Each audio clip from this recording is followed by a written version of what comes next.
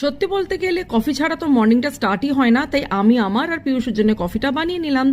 তো আমি তো কফি খেতে খেতে পিয়ুষকে বললাম ব্রেকফাস্টটা কিন্তু তুই করিস, আর যাই বলিস না কেন। তার সঙ্গে আমি রান্না চড়ালাম, বন্দনাকে বললাম আজকে রান্না না করতে। তো কিমা ছিল, পিয়ুষের কিমা খুবই ফেভারিট।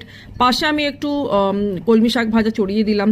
এত গরমের মধ্যেও আমি অপশনটা চুজ করলাম কুকিং করার জন্য। একপাশে কিন্তু পিয়ুষ বাই বাই ম্যাগি করতে স্টার্ট করে দিল, অ্যাজ পার ও প্রমিস করেছিল ব্রেকফাস্ট করে খাওয়াবে। ও বাড়িতে থাকলে সবসময় ট্রাই করে আমাকে ব্রেকফাস্ট করে খাইয়ে আমাকে হ্যাপি করতে। এই হলো আমাদের সবার ফেভারিট বাই। রান্না হয়ে যেতে প্রথম থালাটা সাজিয়ে আমি পিয়ুষের হাতে তুলে দিলাম, বললাম তুই বস, আমিও আসছি। তো মা ছেলে মিলে লাঞ্চ করে একটু পাওয়ার ন্যাপ নিলাম। ঘুম থেকে উঠে আমি রেডি হয়ে গেলাম জিম যাওয়ার জন্য। তো পিয়ুষ আমাকে জিমে ড্রপ করে দিল। আজ 12 দিন পরে আমি যাচ্ছি জিম।